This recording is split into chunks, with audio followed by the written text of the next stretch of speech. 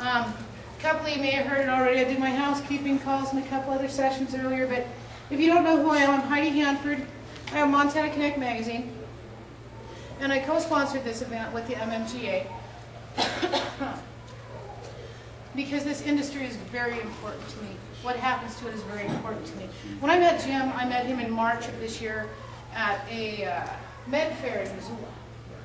As a matter of fact, I didn't even have my checks printed yet. I had the counter check from the bank. And the first thing that I did, after I learned about the association, and I heard the word association. I've grown up in Montana for 33 years. I understand what an association is, how it works for you, and what it does. It's the power of the people. It's the voice of the people. It's what Montana legislators understand. When you approach them as an association, they're going to recognize you. Okay? It's already been proven in the newspapers. We had a great meeting in Kalispell. I'd like to, Ed Doctor, stand up.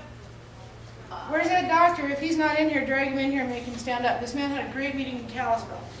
Brought the public in, brought in the media up there and had a great meeting with positive newspaper results. And they went and photographed our logo on the hat and immediately branded our organization statewide. That was huge, okay? But what I'm trying to get to here is we live in Montana, and the way that Montanans associate and work with each other are, they understand associations. We have a stock growers association, we have a livestock association, we have a growers association for grain, wheat, barley. They all have it. That's what we are right now. We are association, we are trade. So when I saw this coming, the best check I ever wrote in my life was to this man right here for the MMGA for $150 to buy executive membership for this magazine.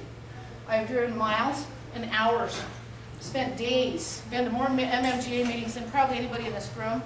I believe in this organization. I do it 500%. And what I'm asking you right now is to do the same. If you can't dig in your pocket and give them some money, bring people to meetings. Support your chapter directors. If we're building a new chapter in your area, drag people there. Fill your cars. I do. You do it too. I challenge each and every one of you to make the best chapter you can. We've got some rocking chapters in the state right now. Let me tell you, you go talk to these chapter directors, you're going to meet some good people. Right here, we got Charlie over here in Bozeman. We got Talon back in the back. Ron is around here someplace. Ed Doctor, where's Ed? There's Ron. Stand up, Ron. Actually, why don't each of the chapter directors stand up so you can be recognized? But if you live in these areas, we have Ron and Helena, Charlie and Bozeman, and then we have Ed in Kalispell. When you see those guys, give them your contact information, get to their meetings. On Facebook, get there so you can get the events and the updates. We send out the meetings. We try and have them. We have to have them in a public place. So if you have a public place we can have them, we'd love to patronize that. But that is what we're doing. So help us with this organization. If you can help, support, donate. We have the tables going on out there with the live silent auction stuff. Bid on that when you can. You know, tonight at dinner, after dinner when we're dancing, I'm going to auction off a roll of toilet paper. I am. I'm just going to do it myself. We do it in Lincoln. It's a little thing that we do when we have a fundraiser for sick people there. And I've seen rolls of toilet paper in Lincoln, Montana, sell for $600. Okay. So, what can cannabis users do? We'll find out after dinner, won't we? Wrong. But anyway, that's some of the stuff that's going to happen. Come to dinner, please. Come and support this organization. Make it the best that we can make it. Be the best that we can be. Represent, be responsible, and walk proud. And thank this man right here. I'll tell you, he is dedicated. He is committed. I was like speaking of him every day. What Thursday?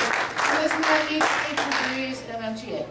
So let's keep this thing going, make it a good thing. And also our prepaid legal thing, any time that you guys do anything with a prepaid legal, funds from that are going to support the MMGA. So let's get involved and make it work. Show them that we mean something, our voice means something.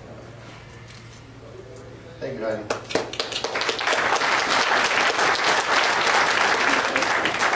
You know, none of us would be here tonight if it wasn't for the patient, because that's why we exist.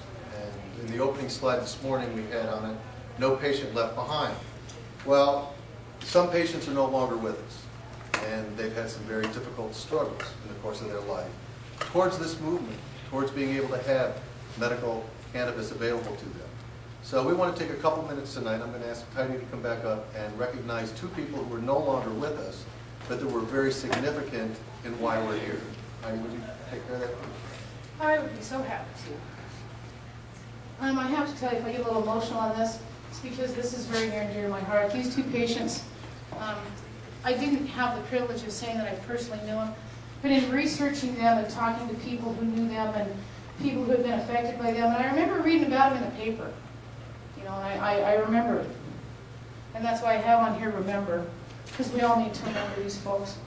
They died for us. They're the people who were there before us. Those are the people who were in the papers before any of us, and they really suffered. So that's my part. Now, I have a written part that I want to read because it's truly who they are, and a lot of people have forgotten. So I would ask, I'm going to read and let people know who they are, and then I'm going to ask for a moment of silence. Okay? So the first one is Robin Prosser. We have Robin right over here. For over 20 years, Robin Prosser is a musician and a mother from Missoula, had suffered from an immunosuppressive illness similar to lupus. Her muscles stiffened, and she suffered from chronic pain, heart trouble, nausea, and migraine. She was allergic to many prescription drugs, and others simply did not work for her. Beginning in April of 2002, at the age of 45, Prosser staged a 60-day hunger strike to draw attention to her plight. She sought assurance from local law enforcement authorities that she could grow her own marijuana, so as to maintain a steady supply of medicine without fear of arrest or prosecution. However, she was told that she would be arrested if she was caught in possession. In May of 2004, she was charged with possession of marijuana and drug paraphernalia. Pardon me. Charges that could have brought her up to a year in prison. The police explained that the reason she was charged was because Montana did not allow the medical use of marijuana. In September 2004, the charges were dismissed as long as she remained law-abiding for 9 months. When Initiative 148 was passed a few months later, it seemed her troubles with law enforcement had ended. However, in the spring of 2007, federal law enforcement officers intercepted the medicine her licensed caregiver sent through the mail. Following the incident, Prosser had great difficulty acquiring the type and quality of medical marijuana she needed to alleviate her symptoms. Sadly, she experienced excruciating pain in the following months, until on October 18, 2007, she took her own life. And I quoted her directly from a YouTube video I witnessed on YouTube. And that is why I'm so emotional right now, because all Robin asked for was to be safe. And she wasn't. And she didn't get to be, and this is what happened to her. And we need to remember her, please. Okay? Now on Scott, that's another one. Boy, that guy, he was dynamite. I heard people talk about him with so much love. Such a great guy. I wish I would have known him. But Scott was diagnosed with, as a child, with a rare congenital disease caused by a lack of certain enzymes, which over the course of his life spawned diverse and severe physical pain and other serious health problems. When he was diagnosed, doctors said he probably wouldn't live to see his 20s. He was 34 when he died at his home in Dillon in September of 2008. Friends and family say medical cannabis was a key reason for Scott's surprising longevity. In February of that year, federal agents and local police raided Day's home, right here in Montana, seizing 96 marijuana plants from the garden he had spent more than a decade meticulously caring for. He and his wife were charged with production, possession, and intent to distribute dangerous drugs, all felonies. Scott's health deteriorated following the raid because he could no longer find adequate supplies of high-quality medical cannabis, and his constant fear of jail time led to bouts of depression and anxiety that exacerbated his illness. Supporters of medical marijuana say Day's case demonstrates the serious gaps in the law and in law enforcement officials' appreciation for the legitimate medical use of marijuana. And that is what happened with Scott Day, the stress of being prosecuted for what we now have a right to walk around every day and be able to treat ourselves, took his life, it killed him. So when you're out there and you're representing, remember these people. Don't disgrace them, please, ever. And let's give them a moment of silence, and then Jim will pick it back up again.